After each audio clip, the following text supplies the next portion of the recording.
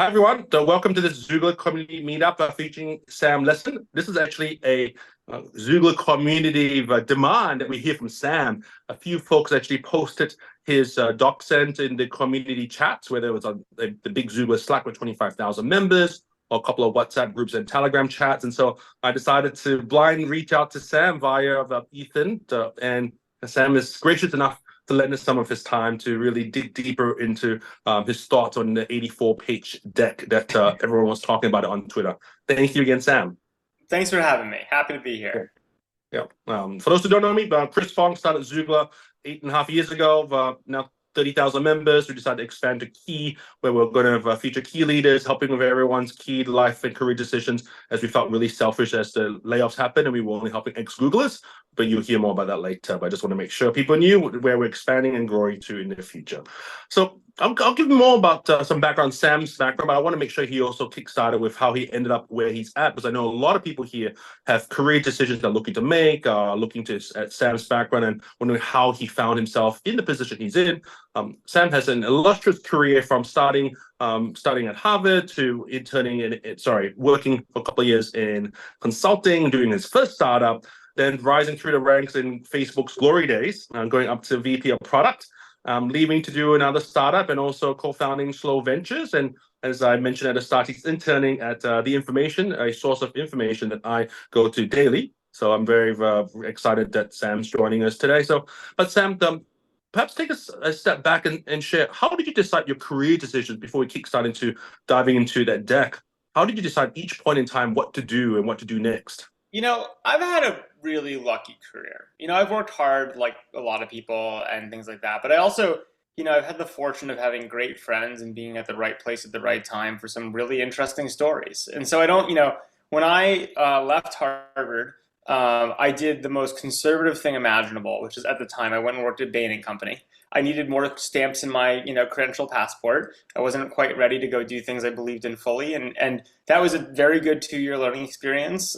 Quickly out of school, one, I realized the emperor has no clothes, and none of these people have any idea what they're doing. With respect to Bain people, it's just in corporate America and building things. And two, I just got past the credentialing thing. I just didn't need more credentials. And so after that, a friend and I we faxed our incorporation documents in, from Bain on the way out the door, started a company, got it started in Brooklyn, raised venture capital. And when that wasn't a thing that kids did, it was like in the very earliest days. YC had just been started.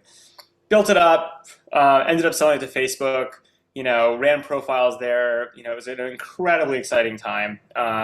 Ended up being, at the time, there were only 3 VPs of product. It was me, Chris Cox, and Naomi Gleit. Chris and Naomi are still there. I left.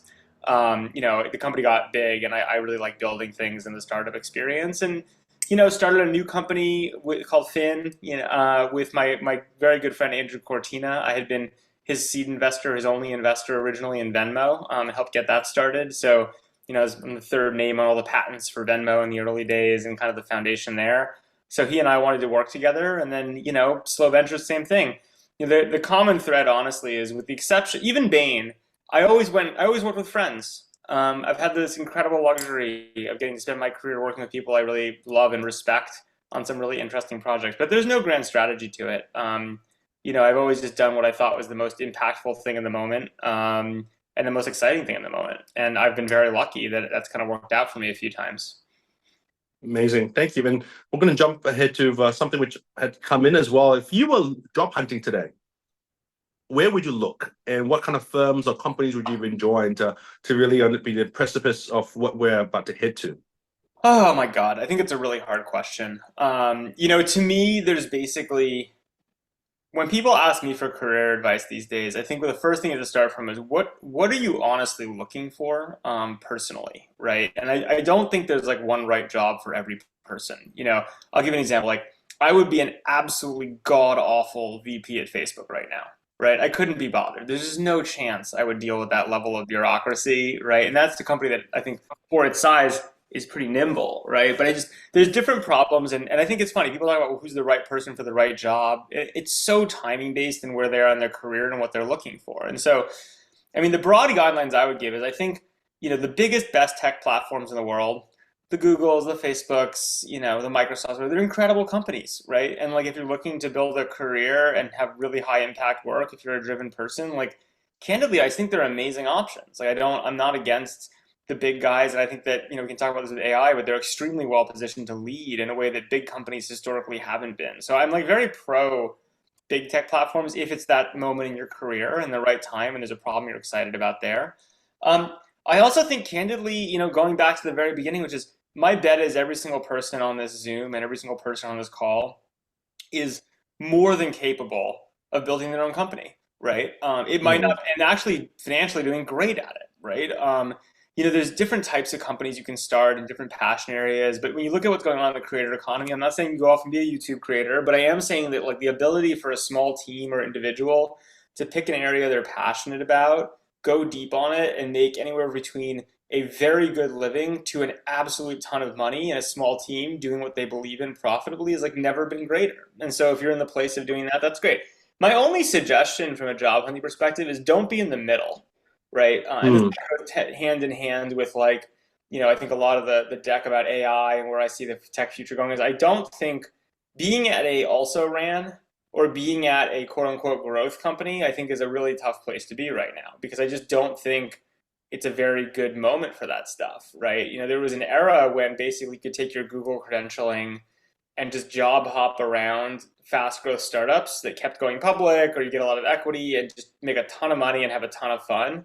And I think that game is like very over, right? So, you know, to me, it's either be at a great hegemon doing really interesting work or research or whatever, if that's kind of your jam right now. Look at stuff that you can start and run profitably as a small business. And I think there's a ton of really interesting opportunities and projects there, but don't get caught in the middle. Oh, thank you. We may turn back to that the piece of advice a bit later, but let's start dissecting this 84 slide presentation you did. Give us some background. How did you start to do it, and how long did it take you to execute this, and did you expect the response you got? Yeah, no, I mean, I think the response was really cool. I'll tell you, I think there's like two elements to it. One, I was very pleasantly surprised by the response. It got way more distribution. People read it with a lot more interest. I got a lot more emails and notes from people appreciating it or pushing me on things or even pitching me deals based on it than I expected to. If I'm being honest, I think there's like two things that are interesting about it. One is the content, right? Which is, I think, you know, what I'm obviously we can talk as much as you want about like what it says and like what I'm in, you know, with the perspectives, and I'm proud of a lot of thinking there. But you talk about like its distribution and things like that. I think the other thing is formats matter. You know, if you actually read the whole deck, there's some new stuff in there, but actually a lot of the stuff I say in there, I've like written essays about before. Like if you follow me on Twitter, I've said a lot of parts of this before. And I just think it goes to show that packaging matters. You know, if I had written the exact same thing as a very long essay and posted it somewhere, no one would have read it, right? And like, you know, but I was doing this for myself. I actually had COVID, and I had written, because we were going to the fall, you know, if you're a venture capitalist in the fall, you kind of present to your limited partners what's going on in the world. There's a lot of meetings about this. And I was literally just doing the thinking myself of like, what do I actually think is going on? Like, how is it going to inform our decisions? How would I communicate this to our LPs if it were just me? And now it's not. You know, I have a firm with a few partners. So it's not like Sam just shooting his mouth off is exactly what goes in our. But it's like, what would I say? Like, what do I actually believe is happening, and how should it inform things? And I wrote a long essay about it that was broken out. Again, very derivative of a lot of stuff I've said before. Just, you know, I put it in all in one place, and then kind of refined it. It's kind of funny. You pointed out earlier that I actually was a consultant earliest in my life. And like, I was like, I'll throw it in a slide deck and see what happens. And I think, you know, people made fun of me for this immediately. They were like, I can't believe you made a slide deck out of this. But I think it's actually the right format for something like this. And so, I don't know. I was surprised it was so well taken up. I'm proud of it. I stand by what I said in it. It's always good when something you write is like well received and distributed in a community you care about. I'm not someone who cares very much about broad fame or like broad distribution, but I do care about the opinions of people I respect. And it was cool to see a lot of people picking it up and running with it. But I think, you know, it is one of those things where it's partially content and partially presentation, as are most things. Right. And maybe, and sounds like it is a length of period of time of looking at summarizing a thought on Twitter and X and some essays perhaps you've written in the past and sort of packaging it. But in terms of for someone to, let's say, want to write thoughtfully the way you do on a daily, weekly basis, how much time do you have to spend on it if someone's looking Very, at that? very little, honestly. I think people think I'll tell you my secrets of writing because I do write a lot, right? I publish a Mhm. lot of stuff on Twitter, and I think there's like two things that are worth noting. One is I'm totally fine being wrong.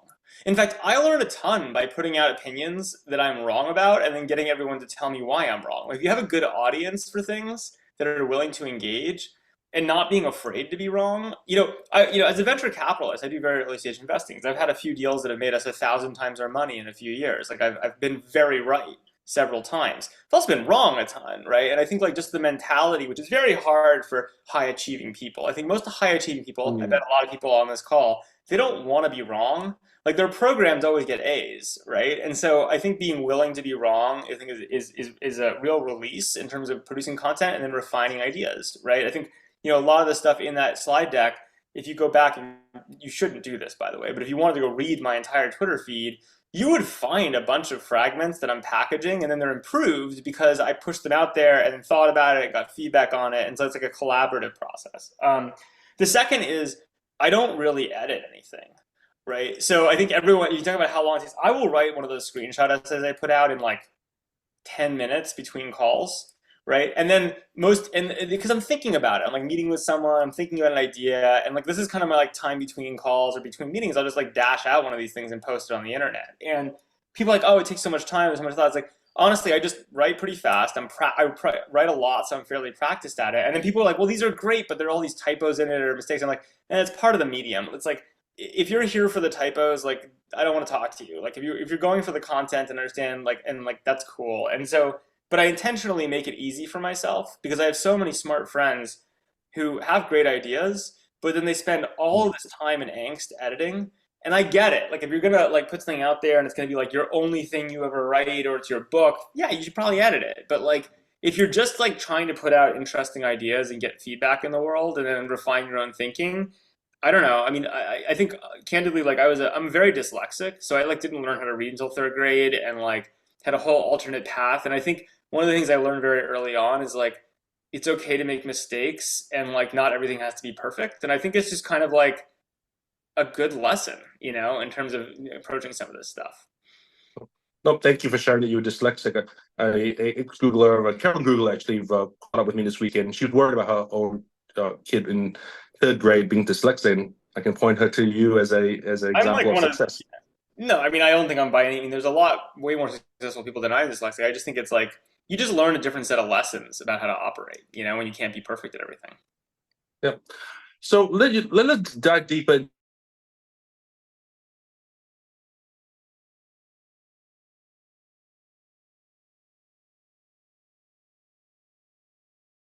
its funds perhaps are not the massive ones. And what do you Yeah. share to your friends who are at these massive funds these days? Look, I mean, I have a lot of friends at these funds, and they're, some of them are like, in private will DM me and be like, "You're right," and some of them in private are tell me I'm crazy, and that's fine.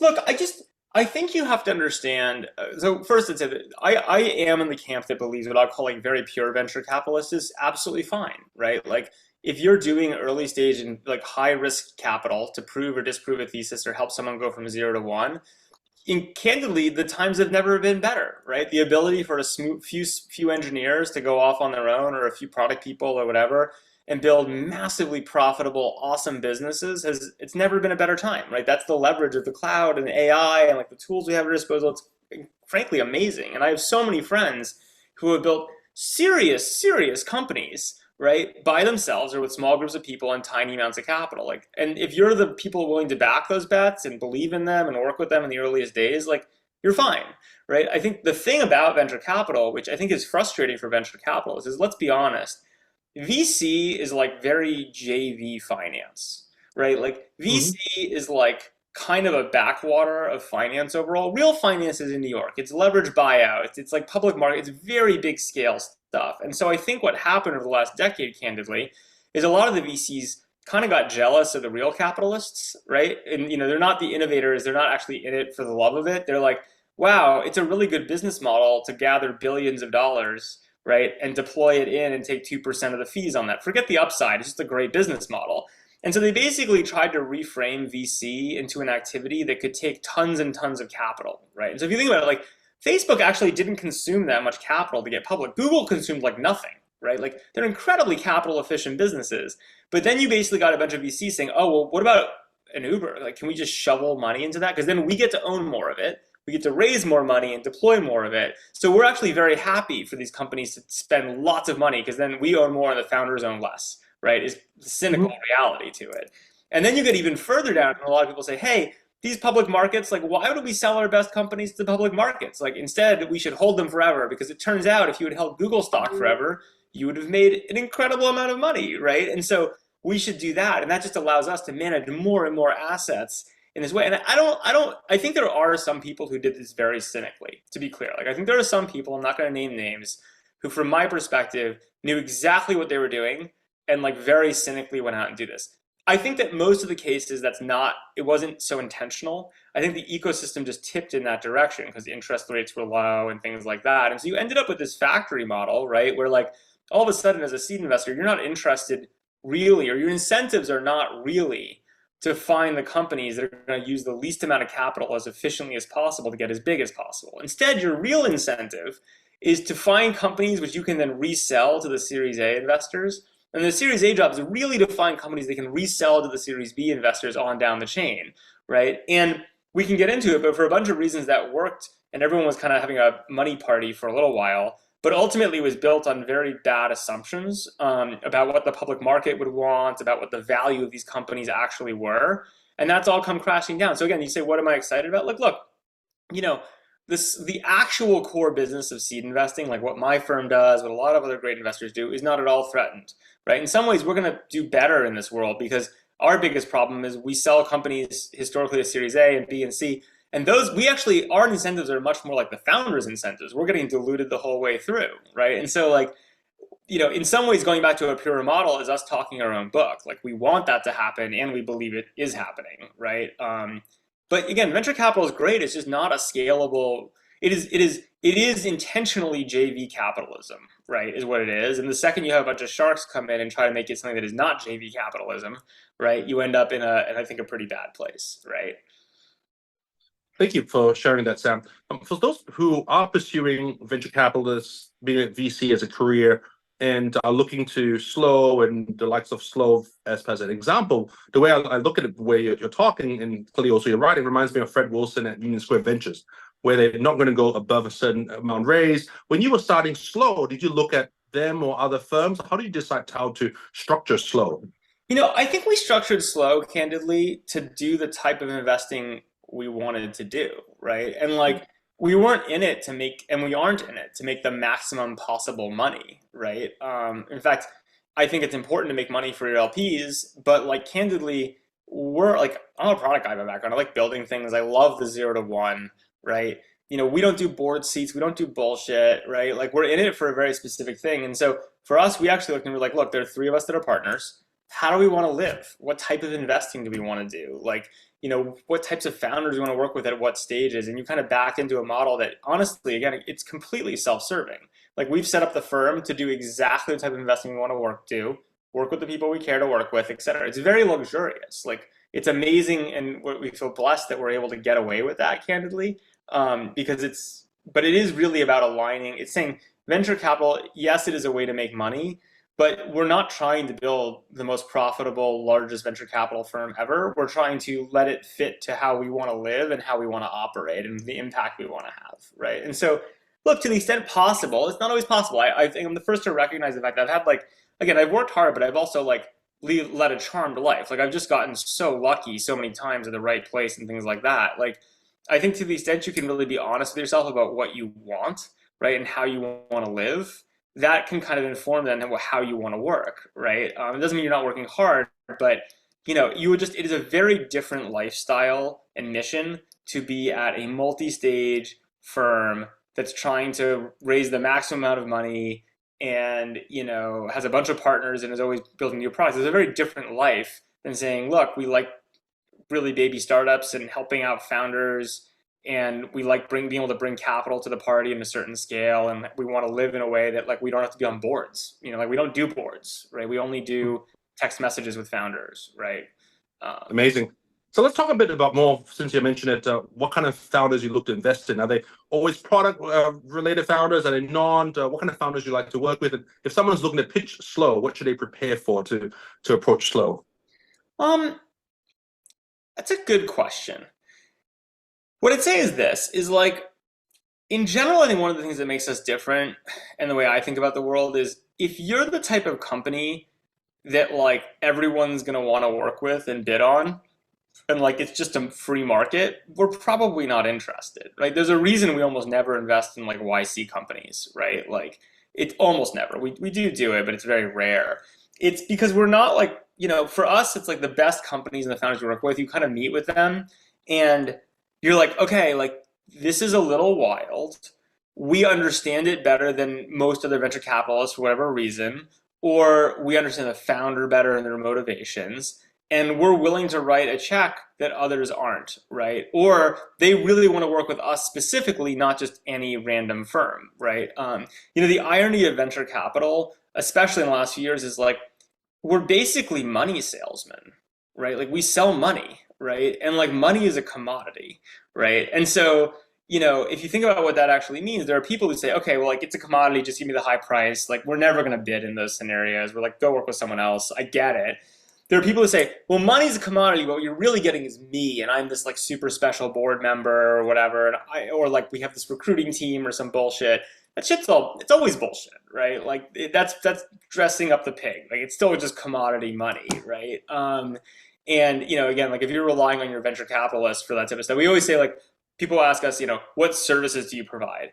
And I always answer nothing, right? We do nothing. We sell money, right? Like, and honestly, it's not totally true. Like there are places where we're deeply aligned. We obviously want to help our founders, but it's a screen for me because if people come and like, well, this other firm said they would find us a VP of product, I'm like, you should go work with the other firm if you think that's going to happen and value that. Like that's not like we want entrepreneurs who are like, I have a plan, I care about this thing, I know how to do it, but I need the money, right? And like that does happen to us frequently where we find an opportunity where we're willing to write a check that others aren't. That's kind of who we look for. So it's like, one of my most recent investments, we're not announcing yet, like, again, you talk about writing and investing and how these things relate, is like, I put out this kind of somewhat silly, somewhat serious idea on the internet. I was like, I would like to invest in net jets for farms, right? I want someone to sell me $1 million share in a farm, and I want a network of 20 farms, and I'm willing to massively overpay, but then I want my steaks FedEx to me, and I want total control and like the best food in the world, and I know I'm overpaying, but I just want to opt out, right? And I got a lot of people, several entrepreneurs wrote me back and like, I'll build that. And I'm like, just because I gave you the idea, like I'm probably not going to be excited about some random person, even if someone I like, being like, I'll build it. But then one guy wrote me back and was like, it's a cool idea, but you're wrong. And here's like the 4 reasons you're wrong. I've actually been working on a better version of this, and here it is. And like that turned into a discussion. It's super hard to nearly impossible to raise venture capital for agricultural technology type stuff, right? For a whole bunch of reasons we can get into, but we got super comfortable that like, that's actually a pretty good bet, right? And so these things end up intersecting where you find the people who are working on the things that are sufficiently weird that there isn't just the general market for them, but you have insight into or believe in differently. I mean, that's how I ended up doing something called Solana. I mean, I seeded Solana, which is by far our best return, and I'm really proud of, like from zero at a time when that was not cool, right? At a very low price. It was like a sub $10 million valuation. That's how I seeded something called Team Shares, which I think will be like one of the next iconic platforms at half that valuation from zero, because you kind of build those relationships in different ways. So it's really hard. I mean, to actually try to answer your question, it's like, how do you pitch us? It's like authenticity, like doing something interesting and different, and then just understand that like, we're just not the type of firm that's price takers, we're not like, if you're like, well, Slow is one of 20 firms I'd work with, then just go work with the other firms, right? Like we're not interested, right? Thank you. I'm so glad you did so well with Anatolia Solana. They pitched at Xoogler demo day back in 2018. So yeah, that's a great one. Those guys were great, right? Yeah. So let's go to one more about pitching slow, and then we'll move on. Should people just follow you and DM you, send it to the email to get a warm intro, or if people are fundraising?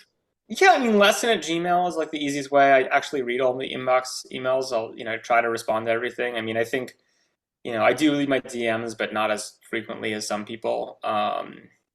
warm intros help. Like if obviously if someone like who I know really well is like referring it, like that's an easy thing for me to be like, oh, that. But like they're not critical. I mean that Yep. the deal I just did on the farming was literally a blind DM back, and it was great. It was just like you're right, but you're wrong, right? And like it was awesome. So Cool. Thank you. So in one page of the deck, you mentioned that startups are going slower and taking fewer risks. Is that a good thing in your mind? Since you invest in so many startups, do you want them to buck this trend, or should they stay slower just in case they can't raise the next round? well, look, here's the basic way I think. Time is not a goal, right? Like sometimes people are like, well, we've slowed down to like survive longer, and I'd say like the thing about for a venture capitalist is like hope is not a strategy and simple survival is not the goal, right? So simply slowing down to technically stay alive, you're better off as a founder making your bets, being right or wrong, and then saving your time, right? Versus just like living thing. I'd say on the flip side, when you talk about going slower, it's like, look, the goal if you're a founder or an early investor, forget late investors, is not is obviously not to grow as fast as possible. It's to create as much equity value as possible, right? And there's all sorts of places, right, where like you start something and just like the first 5 years are going to be slow, right? Like or longer. Like they take a long time to build. If you're growing 100% year over year from zero, it still takes a long time to get to real numbers. And so, you know, when capital is free, people are like, wow, whatever, I'll just like pay my way out of it, right? Like, you know what I mean? Like, it's fine. I'll just skip a few years, buy some capital, right? But when capital is not free, which it is not right now, or when you're like us, like we're not a multi-stage firm. A multi-stage firm will say, oh, you want more money and you're doing well? Fabulous. We get to own more of the business, right? When you're like us and you're basically founder aligned, right? Like, which is a different thing. Like, we want you to build as much equity value as possible. So there are like trade-offs on these things, but I do think startups are being more methodical and careful with capital, which is a good thing, right? I think some people are just staying alive to stay alive. That's not a good thing. Just kill it and do the next thing, like or whatever. But I think overall it is a good thing that people are being responsible with capital. Yeah, sounds like it's no main answer, but just be more careful with the capital. Well, I just think treat money with the fact that it doesn't grow on trees, right? And like and remember that your goal is to grow equity value, which includes you as the founder getting, building your equity value. It's not about just like getting as big as fast as possible. Yep. So in another section of the deck, you talk about AI startups are wishful thinking by VC section. Oh my Are there gosh. specific are there verticals that will actually work, whether it's legal or financial services, or for those that could work outside of the big the tech companies, they're just going to be a wash of competition, and it's like, why even bother going to that space? Well, look, here's my view. I think what I say in the deck, if you've seen it, is I actually am very bullish on AI creating a lot of wealth, but I think it'll create wealth in two places. One is it's going to make Microsoft a ton of money. It's going to make Meta an insane amount of money. Like I can tell it's very obvious how, right? Like there's no questions in my mind that this will happen. The second is, again, it's going to take teams of small teams, 3, 5 people that were building a great product anyway. And just like the cloud made those businesses way better, right? Like and more capital efficient and like they could do more with less. It's going to be huge for small teams. So I think, AI will make a ton of new billionaires of people who like in small teams are just building very valuable stuff. What I say is don't be in the middle, kind of like I was talking about with jobs, right? And I think like, is some 5-person team going to find some backwater niche of legal tech, right? Or some like small thing they know super well and do, of course they will, right? Like, and there'll be lots of examples of that. And I think it's exciting. What I don't think is going to happen is like the $10 billion quote unquote, like legal tech winner, right? The way the way it was historically just based on AI, right? Like, there aren't going to be these like, I think that's just not going to happen because I think it's, first of all, the big companies are too nimble and good at this, and AI is too broad in general a technology, right? So look, there are exceptions. Like if you, for some reason, have access to a very specific data set that allows you to build something that no one else can build, I mean, I'm sure there'll be some angles, but like, I think you have to think about it very differently than some, people are pitching like, I'm going to be the marketing bot that does marketing, or like, I'm going to be the Adobe of AI, or like I'm going to be the legal bot that does all your legal drafting. It's just like there's just no chance that those will be successful businesses in my mind, right? And I think venture capitalists really want them to be because nothing would make them happier. It's perfect for venture capital, right? Like if you think about it, it's like requires a bunch of capital because you need to hire really expensive, smart people. And like, it's a race, so we need even more capital. And the prize, if you get it right, the TAM looks really big. It's like, it is so perfectly fit to fit what venture capitalists want to do, who want to have the excuse to deploy tons of money, that like, you should be fundamentally skeptical. And what advice do you have for those friends of yours starting those type of companies, where like be really, really sure you have a reason to win, like try to look for another area to do a startup in, or Oh, just don't. Like, I think like, when I have friends who are like going off to start this, I mean, I've talked more people out of starting AI startups than anything. Like that's been my job over the last few months. And like, that's not that, again, I want to be really clear that I'm not negative on LLMs as like very powerful technology that will create a lot of wealth. But if you want to work on them, either do it from a big platform in a place of like cloud dominance where you're just tacking features on and that's super cool and like it's all there. Or go take 3 friends and find something super niche and specific that's super valuable and maybe do a seed round, maybe never raise money, right? And just make a ton of money, right? I think those are both very valid strategies, yep. personally. For founders who are looking for financing and they can't in this environment, do you have any suggestions of how they should extend their runways that you already mentioned already, or should they actually find fundraising in a different way, or what tactics do you have for people? Well, the first thing I say is don't extend your runway for the sake of extending your runway, right? I think there are people who are doing that. They're like, oh, we raised a bunch of money and like we just want to stay alive. That is not the goal of startups, to stay alive. That's not the goal. Like the goal is to create equity value, right? To invest your money in trying to like unlock new things. So I would say don't just try to stay alive for the sake of staying alive.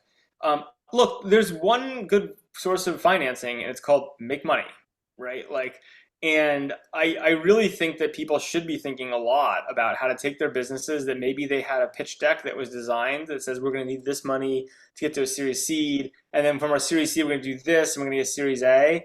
They should throw out those plans and instead say, how do I, if I have no more money or I get a seed round and nothing else, how do I build a really valuable business, right? And I do think that's doable. I mean, I actually have talked to several companies in the last few months, a few weeks even, where like, venture capitalists love to pass because the TAM is too small. They're like, oh, it's a cool business, but the TAM is too small. Well, turns out that if you can make a business that does $100 million in revenue, the TAM might be too small for a blockbuster IPO, right? Or it might be too small. But you know what? If you own 90% of a business doing $100 million in top line, you're psyched, right? And like, I think there's a lot of opportunities once you kind of break the mentality in entrepreneurs of everything is about a public company exit, to create a lot of wealth and a lot of happiness and a lot of great jobs and a lot of millionaires or billionaires who love what they do, right? And so I think that's been a lot of my thing on this is like, if you don't assume, like figure out how to make lots of money, right? And like if that requires changing your business plan,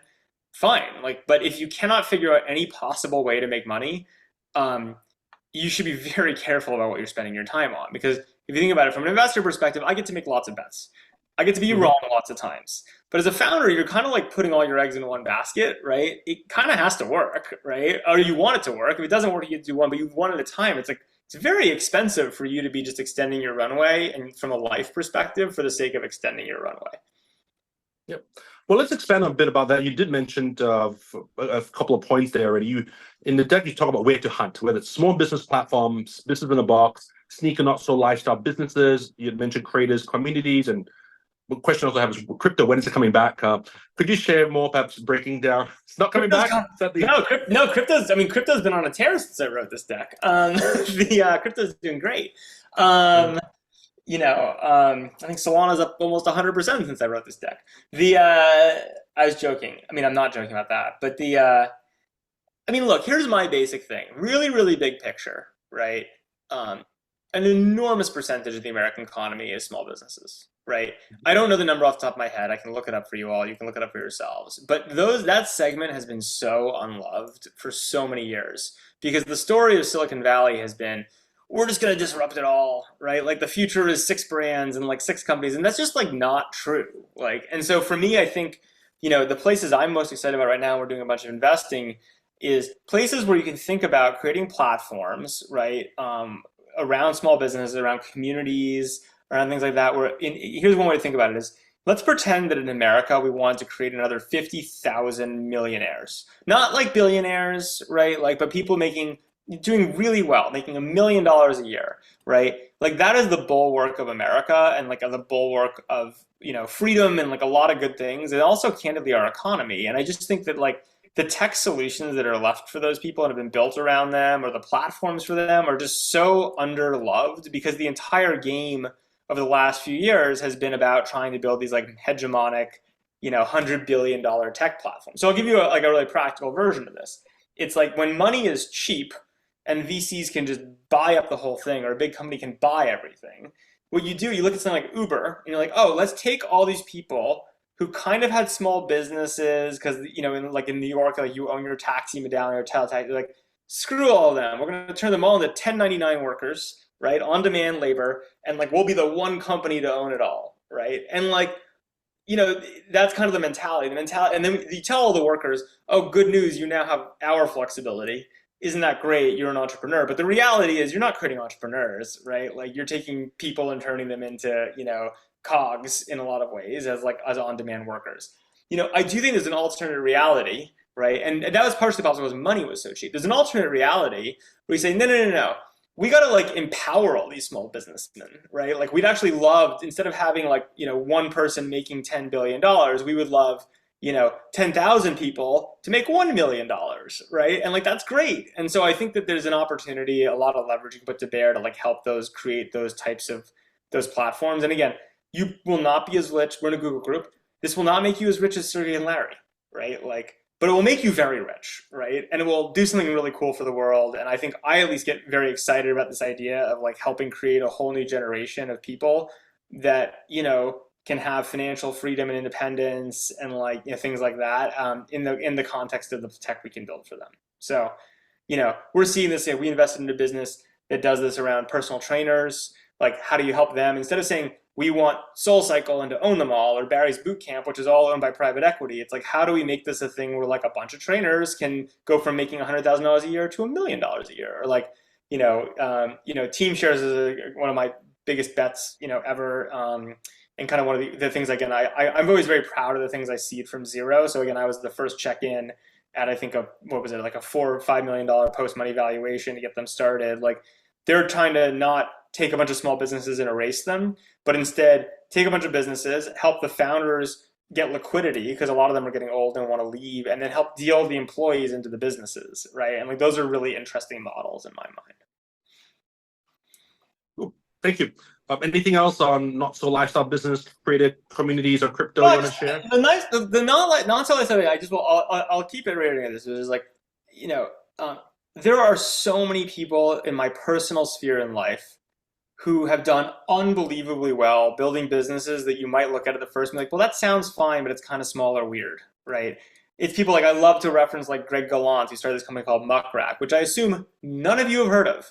The thing is a monster, right? They do PR, media tracking. He did it very quietly. He never raised money. They started it like 12 years ago. And the thing is a freight train that makes a ton of money, right? Because these things in a global world, even very small things actually can be extremely large companies when you think globally about how big the world is, right? And I think there's so many examples I've seen personally, of people doing that. And look, the opportunity to invest in those from zero, and those operators who like want to do that style of building, is super interesting if you're an investor. But I think as a builder, it's even more interesting, which is you can definitely build great businesses very capital efficiently. And when your friends are like, well, that's cool, but it's so small, you can laugh your way all the way to the bank, right? Like, because they're much bigger than you realize. Amazing. Given you have been speaking to a lot of your LPs, and I'm sure a lot of potential new LPs have reached out to you, given what you put together, have you seen LPs retreat from this sector at all, or what have you seen based on the conversation you've had? Look, I think the reality is LPs were already pulling back from VC broadly, and it's not because of the DAC or anything. It's just because, like, here's the reality: is they ended up way over allocated to VC, right? Like VC did well, they kept putting more money into it. The rest of the economy pulled back, and they're like, oh my god, like we're kind of over indexed. And then LPs, they're just like, it's just kind of like having, like, imagine your own bank account. They wrote a bunch of checks, right? And until people start paying them back, they don't really have a ton of money floating around to redeploy, right? And so, I talk to my friends who are raising capital right now for well-known funds, and they're like, wow, it's really hard out there. Like LPs might like the story or might not, but like getting LPs to invest in things is very difficult because they don't have a lot of free cash flowing around, right? And they just have a ton of venture capital exposure that, because the story was all these great markups on paper of these quote unquote unicorns, right? That they're never going to see that money back, right? So it is hard for them to get excited about the next generation of investments. Now, it'll happen. Like, it's not quite so black and white. Venture capital is not going away, but there's a lot of pain that has to be worked through the system before you see LPs, I think, be opening up their checkbooks big time to the next generation of venture capitalists, right? And I think a lot of venture capitalists are just going to go away, right? Like, I think we have a strong enough track record to survive and thrive over time, but like, there's a lot of venture funds, right? And I think a lot. Yep. So we'll see. Yeah, folks, I'm going to have two more questions before I open up to the audience. So feel free to raise your hand using the Zoom feature, and I'll ask you to unmute and ask your question. So you're seeing so many opportunities right now. How do you actually stay disciplined to say no to a lot of them? Practice. I mean, as a venture capitalist, you say no most of the time, right? Like, and I don't. It's the more you do it, I think the more you start to recognize realistically what you will or won't invest in, like, quickly. And sometimes you're very wrong, but like that's part of the game, is being wrong a lot. So look, I try to be transparent with founders about this. Like, there's a class of stuff where I'll just be like, it's nice to interview you. This is something, you won't do. There's some other stuff I'm like, look, I'm intellectually interested in this. I think what you're doing is cool. If I can be helpful or you want to chat, I'm happy to chat, right? But I want to be really clear that I'm probably not going to invest in this, right? And there's a small number of things that you kind of can go further down the line if it checks a bunch of early boxes. Like, it's a space it's weird enough, like things like that. So, we do see a lot, and our job, like, if you think about it, like, venture capitalists 95% of the time are going to say no, right? And I think the one thing I really don't respect about VCs is if stringing along founders. Like, I've been a founder multiple times, and like the worst thing in the world is to be like, I am trying to raise money and do something for real, and these VCs are talking, and I think they're real, but they're not, and they're never going to write me a check. It's very disrespectful. And so I try to be very clear with people up front about, like, it's probably a no, but if you want to keep chatting, let's keep chatting, right? Yep. So let me ask a clarification question from some people from the audience. I can see people joining from Australia, Singapore, Malaysia. Are there countries you won't invest in, or are you free for, since you also do crypto? Here's what I'd say is, I just think the unfortunate reality is that the barrier to investing overseas is just higher. It's not that we will never do it, but if you think about it, like, there's a bunch of challenges for a Silicon Valley-based firm to do it. One, it's literally just more expensive and time-consuming. Like, the documents are different. Like, you're dealing with, it's just there's extra friction to it, which, again, you think about how you're going to allocate your time, it just makes it harder. The second thing, which is big, is like, I kind of feel like I have a reasonable amount of judgment about people and spaces in, like, San Francisco and New York. And I kind of have a grasp on what's going on in other parts of the country. I don't really know the tech scene in Australia, right? For example. Now, does that mean that I miss Canva? Yep. Right. That means I miss Canva, right? Because I actually knew the founders really well. I used to kite surf with them, and like, they're like, we're raising money for Canva. And I was like, I kind of get it. I understand where you're coming from. Pass. Right. And like, that was a mistake. Right. So like, great tech can be built anywhere. And I do think we will look at anything, but it kind of goes in this bucket of, like, it is an extra barrier, right? To not be in a market where, like, it really well, right? Yep, no, makes sense. And final question before I open it up. So if you were someone in your 20s, 30s, 40s, or 50s job hunting today, I know you mentioned look at these markets, there's amazing startups you can join, or perhaps join these teams in one of the big FANG-related companies. But realistically, some of them may not be able to get in, or they might raise capital, or may not have entrepreneurial spirit. What kind of jobs should they look for? And what advice do you have in terms of for the next few months? It's so personal. I mean, I think this is like, again, I think that any person's bar on joining like a Series A or B company should be unbelievably high, right? Because you're investing your time, and it's the most precarious place to be in a lot of ways, right? Because you're not going to get a ton of equity. So if it works, it's not like you're like in an amazing position, right? And on the flip side, right, like, they're very likely not to work, especially in this era. And so to me, I think it's really hard. Like the only reason I would go work at like a Series A or B company was like if it was religiously important to me. I was like, this is the thing. Or actually more likely, if the people working on it were literally the people I would like, I will sign my life to these people. I just want to spend time with them. I love them. I'm learning from them. They're the best. Like those are the two legitimate reasons in my mind to work that type of stuff. Otherwise, like I'd look really big or I'd look really small, right? And if you're not going to be an entrepreneur, maybe you find someone to team up with or like things like that. But look, I don't envy having to think through the job market right now. I think it's really complicated and hard. And I think the reality is I think that, it really is extremely personal for what you're looking for from your professional life and job in terms of where you should actually spend your time and your effort. And then I think you probably just have to be realistic that nothing is forever, right? Like, Yep.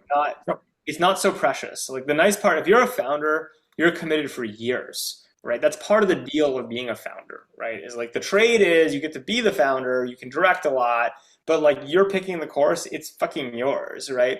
The nice part about being an employee is like, you can wake up one morning in 3 months and be like, that was the wrong bet with my time. My time is my most precious resource. I'm going to go do something else, right? And that actually is extremely valuable.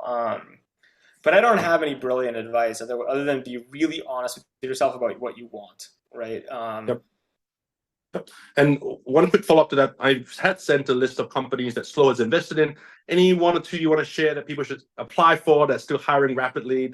They're all good. I mean, like, look, it depends on just like, look, the Solana and Solana ecosystem, we're big holders from the beginning. We're big bulls. Like, you're interested in crypto, I think Solana is the best ecosystem to be spending time in, right?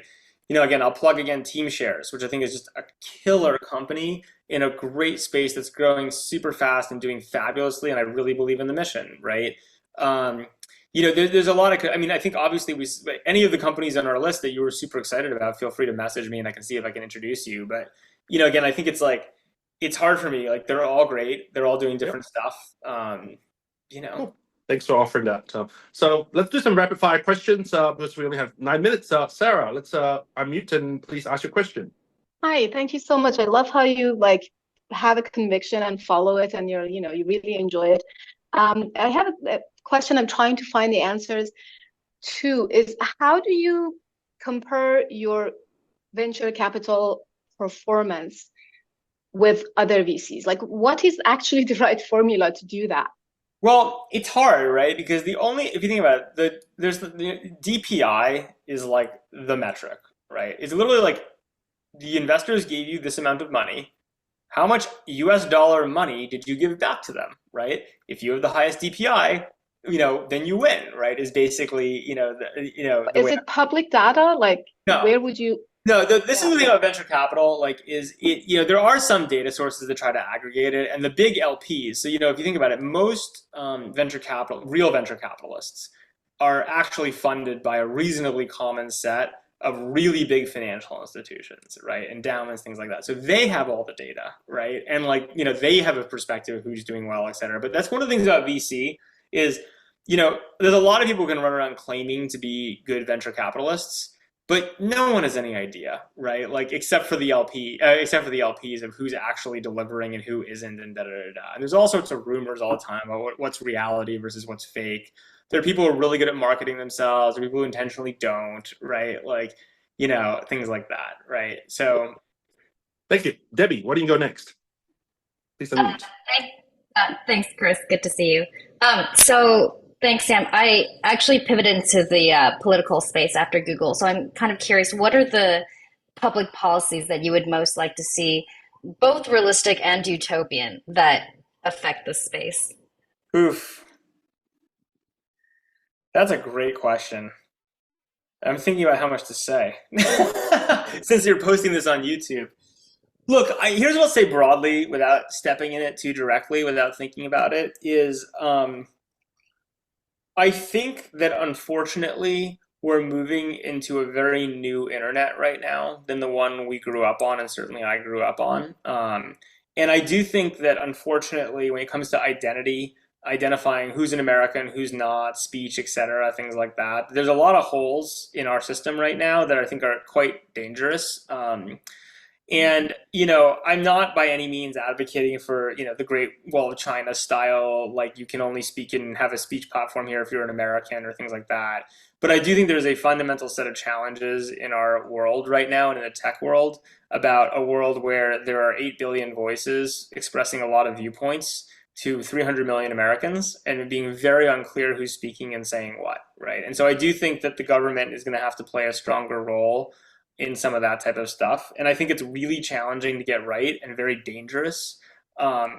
But I think it's hard, and I think it is necessary. I think we're moving, unfortunately, from a world which has been very, very open and global to a world where there really is a European internet and a Chinese internet, and there's going to be there needs to be an American internet, and they might have a lot of overlap, and there might be a lot of free trade between them, but the fully open, identityless web is becoming a very scary place.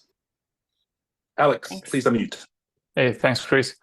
Sam, thank you. I just have a simple question for you about your current portfolio. Can you talk quickly about like how many companies you have B2B or B2C in your portfolio, and how many portfolio companies are started by experienced founders versus first-time founders? Yeah, go ahead. And the last thing is, how long do you usually know founders before you feel comfortable to invest in the company? So it's, the funny answer is I actually don't think I can answer those questions for you off the cuff. You'd have to ask my partner, Kevin Colleran, who's much better at the details of some of this stuff. The answer is we have tons of B2B and tons of B2C companies. We're not against B2C companies. We do them all the time. We're a highly generalist portfolio, right? So it's really all across the map. We've seeded everything from, Airtable and things like that from the earliest days all the way through to Postmates, right? And Allbirds and all sorts of stuff. So we have a very large portfolio and it's super diverse. So I wish I could answer that question for you, but I honestly just can't on a call correctly. In terms of how long we know founders, it's interesting because there's an incredible range, right? There's founders I funded a guy named Mike Hudak, right, who has a company called Sling, which is a really cool Venmo-esque crypto thing. It's gonna be big. I've known Mike for 12 years, right? I've known him for a lifetime, right? He used to work with me. That's obviously easy. I don't know that many people. You can't just fund those people. I definitely fund people, as with this example I was mentioning about farming, that I met on Twitter and I've never met in person, right? Off a DM a month ago, right? So it's obviously easy. There are shortcuts in life, right? And if you happen to know a person personally for years and years and years and years and years, it gives you a shortcut to be able to trust them and know who they are. When we did the Solana investment, one of the things that was easy for me and allowed me to make it when most other VCs wouldn't is I knew Raj, who was one of the co-founders of that, from 3 companies ago. I talked to him every year for years, right? And this is the one. I'm great. I already love the theme. I know all about it. Let's do it, right? And so I don't think it's a hard line. I just think it's one of those things where fundamentally this is a highly risky activity, and if you have more context, you're more likely to get it right. Aditya, please unmute yourself. Hi, it's really great to see a VC going against the grain of just raising as much as possible, as fast as possible. Over the last 10, 15 years, the most common way for companies to exit has been through IPOs, like you said, or through huge acquisitions, probably LinkedIn, WhatsApp, Instagram, etc. From a VC perspective, how do you see that changing in the next 5, 10 years? How do you see companies essentially giving money back to the people, to the LPs? Not the people. Who would ever want to give money back? What a crazy concept. No, look, I think here's the reality is there will still be IPOs. The bar is unbelievably high, right? The era of dumping trash on the public markets or companies that aren't that good is long over, right? And that, even companies that seem good, like an Instacart, it's not a great IPO, right? Most people lost money on that, right? And so I think that that era is over, but there's still going to be places where there are iconic IPOs or someone does something unbelievable and the public market's I want to buy that. It's just there's very little trust right now, and you can blame Chamath for this and a bunch of other people who dump trash on the market, but people just don't want your average tech IPO anymore, so that's hard. Acquisitions, here's the problem. You talk about regulation earlier. Antitrust is a huge problem for acquisitions, right? Facebook can't acquire the next Instagram, right? It literally can't, right? Even if it wanted to, right? And I think that is like very challenging as well. Will it happen? Yeah, it'll happen, but it's going to be really high bar and hard. So you ask, where does it come from? I think realistically, we're going to a period where one, there just won't be, right? Like, and that goes back to the founder mentality of doing something you love that matters and is profitable. Is you can't think of it as like I'm packaging this company for sale to the public market or to Facebook or whatever. You'd be like, is this an awesome business I want to run, right? Like, the MailChimp founders ran that business forever, right? Like built an incredible culture and business they wanted to run, right? So I think you have to be willing to do that, and VCs are going to have to think about how to get paid back on those types of companies. I think it'll happen. In the private equity world, the big boy world from New York, right? It used to be that private equity firms that are doing big buyouts would never sell to each other, right? They would only take companies public. That's long since changed, where private equity companies now sell to each other all the time. So would you say in the future, would a firm like mine very happily sell our shares to another private VC investor who's much later stage focused? Sure, that's a possibility, and like that could evolve if we really wanted to get out of it. The other thing I think can happen is, in one of my favorite companies, I'm actually curious, I don't know, I guess I wouldn't do a hand raise your hands, but like maybe physically if you have cameras on, it's like, do you guys know what Constellation software is? This is the company, if you take nothing else away from this conversation, go study Constellation software. This company is so fucking cool, right? What they basically do is, it's like a $40 billion Canadian company that no one's ever heard of. And what they basically do is buy small and medium-sized software companies and roll them up, right? And it's a freight train of profit, and it's awesome, right? Like, I haven't done this, and this is not financial advice or whatever you're supposed to say, but like, it's literally the only public stock that even I'm like, should I buy some of this? Like, I think it's so interesting, right? And I think that that'll just happen more and more. I think there's going to be roll-up strategies. I think there's going to be like acquirers that are financial acquirers in public companies, like, things like that. So, but it is a time of turmoil, and that's part of the reason why I'm so anti this round-based financing. Is it's not clear where those exits come from, right? And so I do think you just have to be willing to own companies and be proud of them and let them grow, and you have to be, and new models of buying things will have to evolve. So Sam, if you don't mind staying for one more minute, we'll just wrap it up with final questions. My question is, what can the Xoogler community do for you? Randy, very brief question, please. And then Falcon, unmute, and very brief question, please. Okay, very quickly, Sam, thank you for the expose on your point of view. How would you recommend either an investor looking for opportunities or a potential, future partner, future employee of these smaller companies you were talking about in your thesis? How would you suggest they go about finding them? Because that looks like a very different kind of beast than the typical deal flow channels that VCs would use to find them. Great, Falcon, please. Sorry. Oh, yeah. Okay, go ahead.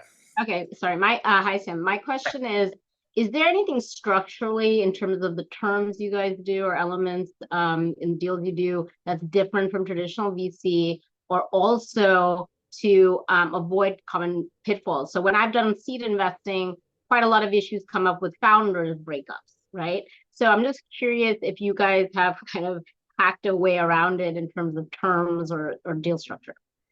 Cool. Any more, or am I answering that? That's it. Yeah, okay. Those three. On the first question, I don't have a great answer. My answer tends to be writing a bunch of inflammatory stuff and then letting people send me things, which they tend to do, right? But in terms of sourcing, like, I think it's difficult, but I think you want to differentiate as much as you possibly can. On the deal terms thing, let me give you a yes and no answer. The no answer is like, look, the reality is like we use pretty standard paper, right? Like everyone else. We do have, like, if we do YC safes, for instance, we do have a side letter with certain extra provisions that we require to invest in them, because candidly, like, we think the YC safe is not a great instrument, but it's nothing crazy non-market. I will say this, right, which is there's a whole other thing we do as a firm which fits in this small business thesis, which is creator investing. So rather than investing in a company, we'll buy 5% of a creator's like effectively holdco for a 30-year basis. We say, we're not investing in any specific company of yours, but we'll give you $3 million, which you can use to grow your audience, you can use to start businesses, really whatever you want. But we get 5% of everything for the next 30 years that you generate, right? And that's a very different deal structure that does appeal to some actually entrepreneurs as well as creators. It's a totally alternative universe that kind of hits towards it. So I do think there are other forms of investing that can make sense in this environment. The founder thing, look, founder drama is like the #1 reason seed companies die, right? And it's always been true. 50-50 even founders is the worst possible, setup. Like, we can go through all the versions of this. That doesn't mean you can never invest in that, but you're taking a lot of risk when you do. I do think that like that is one of the key existential risks to startups, and I don't have a great way of contracting around that. And can the community do anything for you, Sam?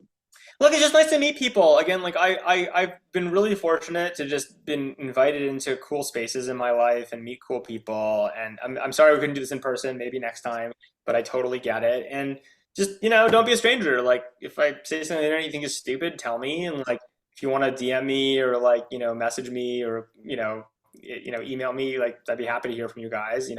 You all obviously have an awesome background, and I'm sure you're doing cool shit. And so my only thing would just be like, I don't know, in closing, I'd just be like, again, I recognize I've been super lucky several times in my life, and like it's it's true, but I do kind of just find that the more authentic you can be to yourself and what your mission is, and honest with yourself and what you're up to, like the better stuff people generally do, right? It's kind of when they're forcing themselves into boxes they think exist that people get unhappy and do subpar work. So hopefully you all are figuring that out in your journey and figuring out where you want to spend your time. Thank you so much, Sam. Thank you for sharing so much. And perhaps we should get Ethan Beard to conduct a fireside chat with the Facebook community in future. That'd be fun. All right, appreciate guys, everyone for joining. Thank you, Sam. Cheers. Take Bye. care.